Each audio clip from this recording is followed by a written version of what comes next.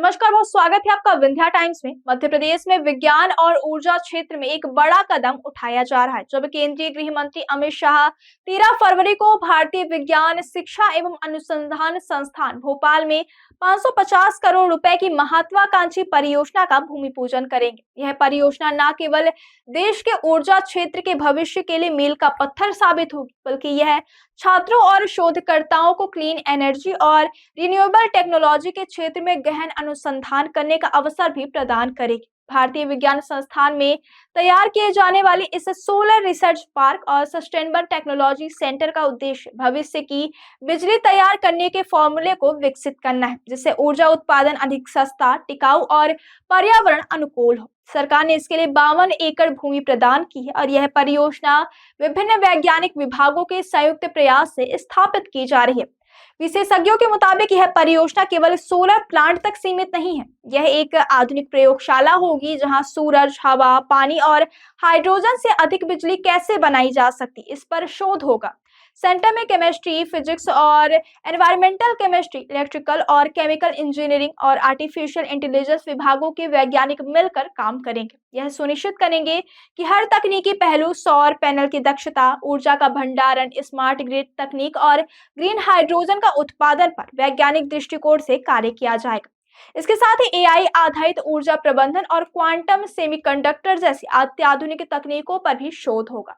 इस परियोजना का सबसे बड़ा लाभ छात्रों और युवा शोधकर्ताओं को मिलेगा, जिसमें तकनीकी संस्थानों के छात्र यहां पारंपरिक किताबों के ज्ञान से आगे निकलकर लाइव प्रोजेक्ट और हाईटेक लैब्स में अनुभव प्राप्त कर सकेंगे। यह उन्हें स्टार्टअप, पेटेंट और अंतर्राष्ट्रीय सहयोग के अवसर प्रदान करेगा। साथ ही छात्रों को वास्तविक ऊर्जा उद्योग में उपयोग होने वाली तकनीकों के साथ काम करने का अनुभव मिलेगा, जिससे उनके करियर की संभावनाएं बढ़ेंगी। इसके अतिरिक्त आईसर में एमटेक रिन्यूएबल एनर्जी कोर्स भी शुरू किया जाएगा, जो छात्रों को विशेष प्रशिक्षण और अनुसंधान के लिए तैयार करेगा। भूमि पूजन समारोह में केंद्रीय गृह मंत्री अमित शाह के अलावा ऊर्जा कंपनियों के प्रतिनिधि, वैज्ञानिक और नीति निर्माता भी शामिल होंगे। इस अवसर पर परियोजना का औपचारिक निर्माण कार्य भी शुरू कर दिया जाएगा। यह आयोजन न केवल भोपाल के लिए बल्कि पूरे मध्य प्रदेश के लिए ऊर्जा क्षेत्र में एक नई दिशा की शुरुआत का प्रतीक है।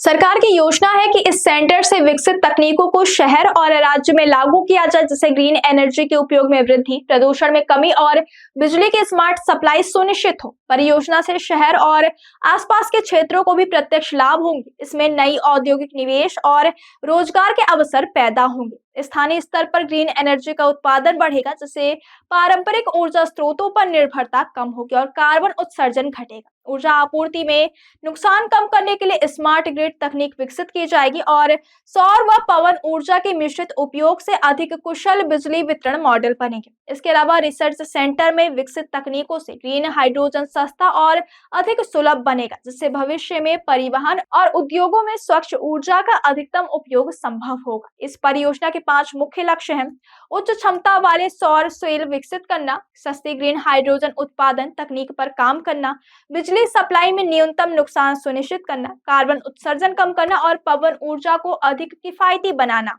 आईसीआर निदेशक गोवर्धन वास के मुताबिक 52 एकड़ भूमि पर स्थापित यह रिसर्च पार्क न केवल सौर पैनलों से अधिकतम ऊर्जा कैप्चर सुनिश्चित करेगा, बल्कि हाइड्रोजन परिवहन और भंडारण को भी अधिक कुशल बनाएगा। उनका कहना है कि यह परियोजना भारत को ऊर्जा क्षेत्र में आत्मनिर्भर बनाने की दिशा में एक अहम कदम है। कुल मिलाकर भोपाल में बनने वाला यह सोलर रिसर्च पार्क और सस्टेनेबल टेक्नोलॉजी सेंटर न केवल ऊर्जा उत्पादन की नई तकनीक को विकसित करेगा, बल्कि छात्रों और युवा वैज्ञानिकों के लिए भी एक विश्व स्तरीय प्लेटफॉर्म बनेगा। यह परियोजना भविष्य की स्वच्छ ऊर्जा के लिए शोध, नवाचार और औद्योगिक सहयोग का केंद्र बनेगी और मध्य प्रदेश को देश में ऊर्जा क्षेत्र के अग्रणी राज्य में स्थापित करने में मदद करेगी।